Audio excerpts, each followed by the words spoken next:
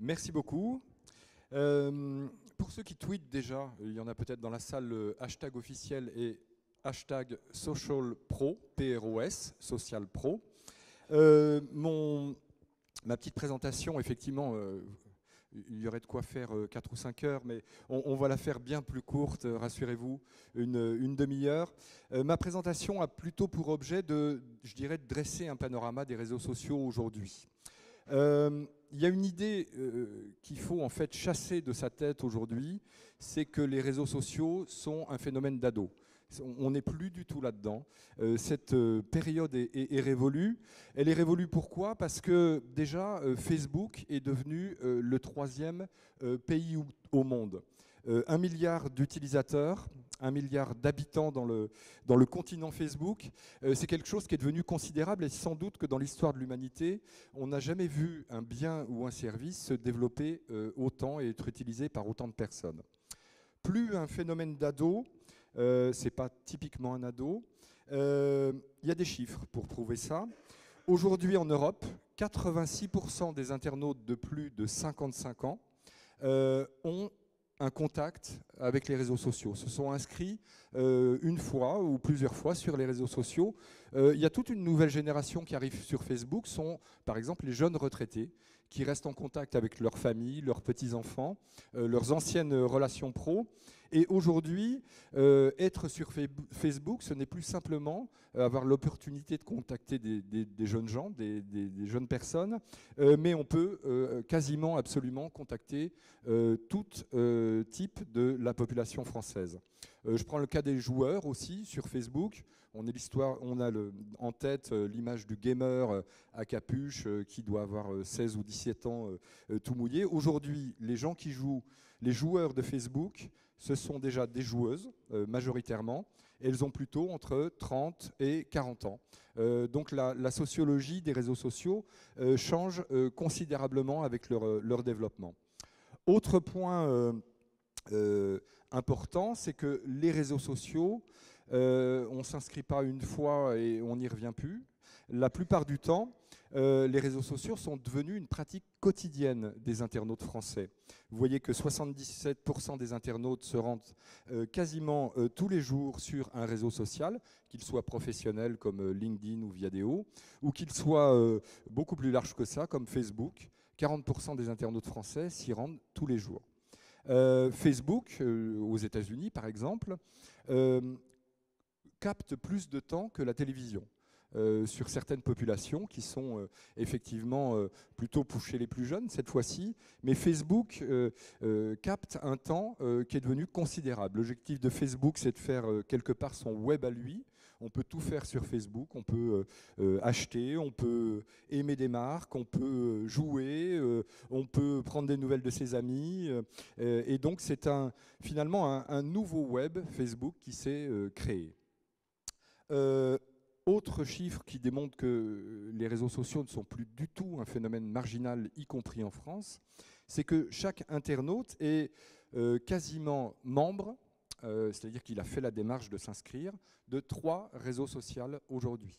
Ça va assez vite. On rentre par exemple dans la vie professionnelle, on s'inscrit sur LinkedIn, Viadeo, et on était sur Facebook, on est déjà à 3 réseaux sociaux.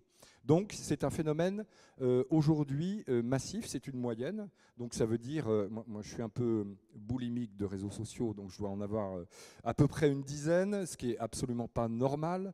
Mais les Français en moyenne sont membres de 3 réseaux sociaux, ce qui est aujourd'hui considérable. Qu'est-ce qui a accentué le phénomène? Il y a un aspect totalement viral de Facebook ou de ces autres réseaux. Ce qui a accentué le phénomène, c'est évidemment le smartphone aussi. Dans la plupart des pays, Facebook est la première application téléchargée, la plus téléchargée. Donc les réseaux sociaux, je regarde le premier rang. Donc je vois 5 iPhones et 5 personnes en train de tweeter sans doute. Les réseaux sociaux, c'est aussi beaucoup un phénomène qui est lié à l'émergence des smartphones. Donc quand on est une entreprise, évidemment, il faut aussi avoir ce réflexe, si on veut toucher des gens, ce réflexe de la mobilité, du smartphone. Ça peut être en développant des applications ou par d'autres manières.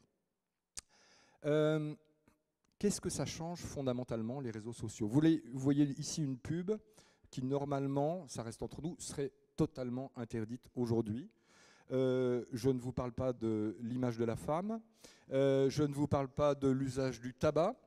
C'est pas si vieux, hein, il faut quand même s'en souvenir. Il y a un très bon bouquin d'ailleurs qui est sorti sur le sujet.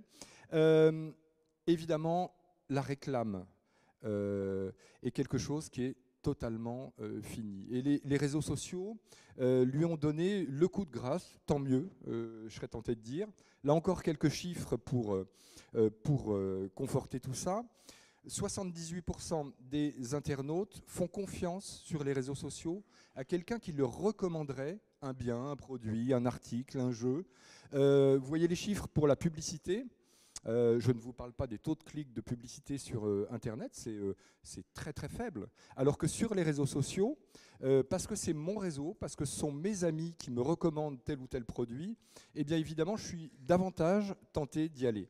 Donc c'est ce levier-là qu'il faut aller chercher sur les réseaux sociaux pour conquérir finalement de nouveaux fans, de nouveaux followers, etc., en marchant avec cette force de la recommandation. Vous le disiez en introduction, il y a des chiffres qui disent qu'aujourd'hui, finalement, peu de TPE, peu d'entrepreneurs, peu de consultants indépendants sont sur Internet. Vous voyez les chiffres, 25% ont un site vitrine. Un site marchand, évidemment, il faut être marchand, c'est 11%. Des plateformes de type petites annonces, je pense notamment aux agences immobilières qui rejoignent les grands réseaux d'annonces, et blog, réseau social, entre 8 et 10% selon les études. C'est effectivement très peu, sachant qu'il y a quasiment 60% des TPE qui ne sont pas présentes sur Internet. C'est très peu, pourquoi? Parce que les réseaux sociaux sont sans doute le lieu où les petites entreprises, les entrepreneurs, les TPE ont quelque chose à jouer. Ils peuvent partir finalement avec une longueur d'avance sur pas mal de grosses entreprises qui peuvent être concurrentes ou pas, et je dirais se forger une place. J'ai dans le domaine du journaliste une copine qui est prof de journalisme. Je ne vais pas vous raconter totalement ma vie, mais elle a sur Twitter 90 000 followers. Une personne seule à 90 000 followers, ça ne rentre pas dans le Stade de France. Tout ça pour dire qu'aujourd'hui, une personne seule, une petite entreprise, un entrepreneur, un consultant, peut, via les réseaux sociaux, toucher énormément de personnes. Ça marche, excusez-moi. Il y a une formule un peu jeu de mots qu'on a beaucoup entendu avec l'émergence des réseaux sociaux. On parlait, je dirais, avant les années 2005, 2006, 2007, du web du link. Le link, pour reprendre la formule anglaise, c'est le lien. Le lien, c'est finalement Google, c'est le champion du lien. Je cherche une info, on me donne du lien. Aujourd'hui, on est passé dans quelque chose de différent. Alors, Google n'est pas mort, on en est tous d'accord. On est passé dans quelque chose de différent qui est le web du like. Je fais une action sur le web. Pourquoi? Parce que j'aime, parce que quelqu'un de mon réseau aime et parce qu'il y a tout un système de recommandation qui finalement se met en place. C'est plus du tout la même démarche, ça crée du lien. Pour les marques, pour les entreprises, c'est aussi une opportunité sans doute de gagner de nouveaux followers, de nouveaux likers qu'on pourra peut-être transformer en clients.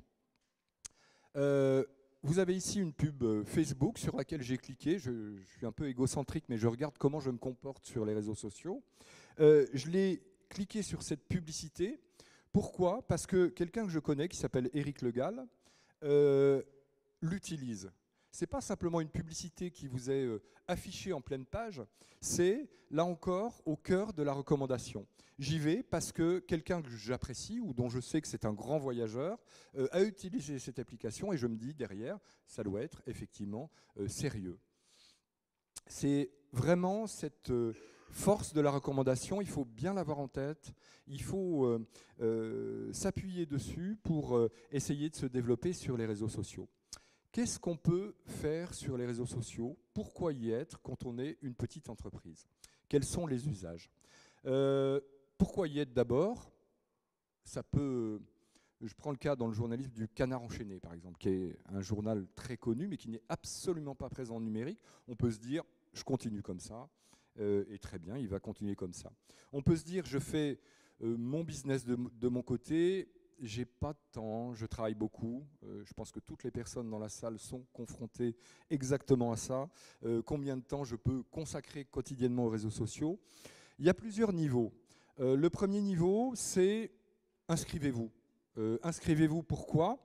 Déjà pour vous créer une identité sur les réseaux sociaux. C'est idiot, mais parfois il y a des homonymes et si vous tardez trop, vous allez voir que votre adresse Twitter, le nom de votre boîte ou votre nom, est déjà pris par quelqu'un. Donc c'est le premier pas.